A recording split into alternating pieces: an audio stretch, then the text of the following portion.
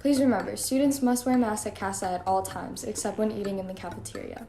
Also, please continue to maintain social distance when in the hallways and as well as in the classroom. Please be sure to sign into Canvas as well as COLA for virtual days. Those assignments count for your grades as well as your attendance. If you're a student in theater or were involved in last year's fall play, keep an eye on your email for an update from Mr. Campbell about this year's fall play. Thanks. Hello, I'm Nurse Stillwater, in case you haven't met me yet.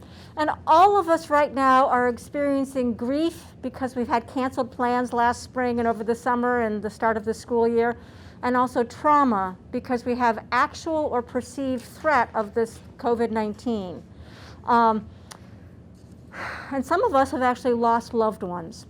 It's harder to mourn in these physically distancing times. Trauma can cause short-term memory loss. So if I'm not remembering your name, it might be because you're wearing a mask and you have different hair style or color, and it might also be partly the short-term memory loss accompanying trauma. So please be gentle with me. There's lots of new routines here at CASA. You're doing a great job with social distancing and with masks. Thank you, keep it up. You're doing a good job. Another new routine that you are hopefully already doing is a daily COVID symptom check.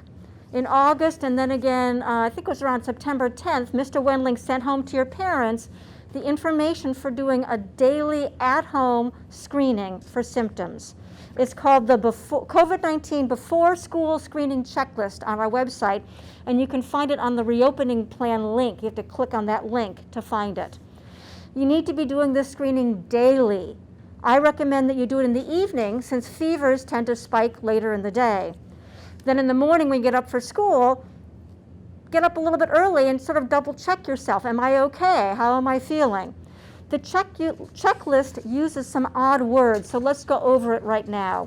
It's got two sections, Group A and Group B. If you have one or more symptoms in Group A, then you should be staying home. It's cough, and that should be like an ongoing severe cough, not like choked on something cough. Cough, shortness of breath, difficulty breathing, new olfactory disorder, which means having problems smelling things, or a new taste disorder. Group B, 2 or more symptoms means that you could possibly have COVID-19. The first one is fever, and for that one, if you have a fever, do not come to school. Even if you don't have any other symptoms, we don't want you to be at school if you have a fever.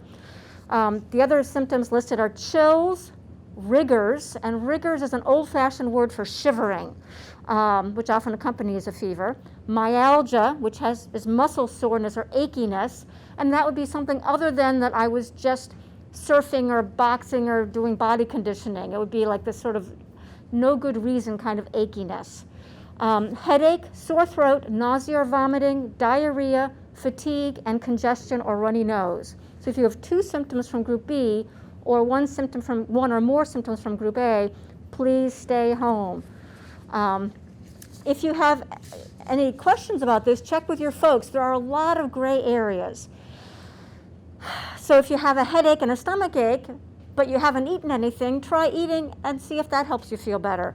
If you know you have allergy symptoms, start taking your allergy medicine early, but again, check with your folks for any questions about it. Remember, you want to err on the side of caution. Stay home if you don't feel well, and make sure you notify me, astillwater@casa-arts.org. We want to make sure that we know what's going on if there's any possible cases of COVID. We want to stay safe. We love seeing you here. We want to stay here. Thanks for your help with this, and remember that we are all doing the best that we can.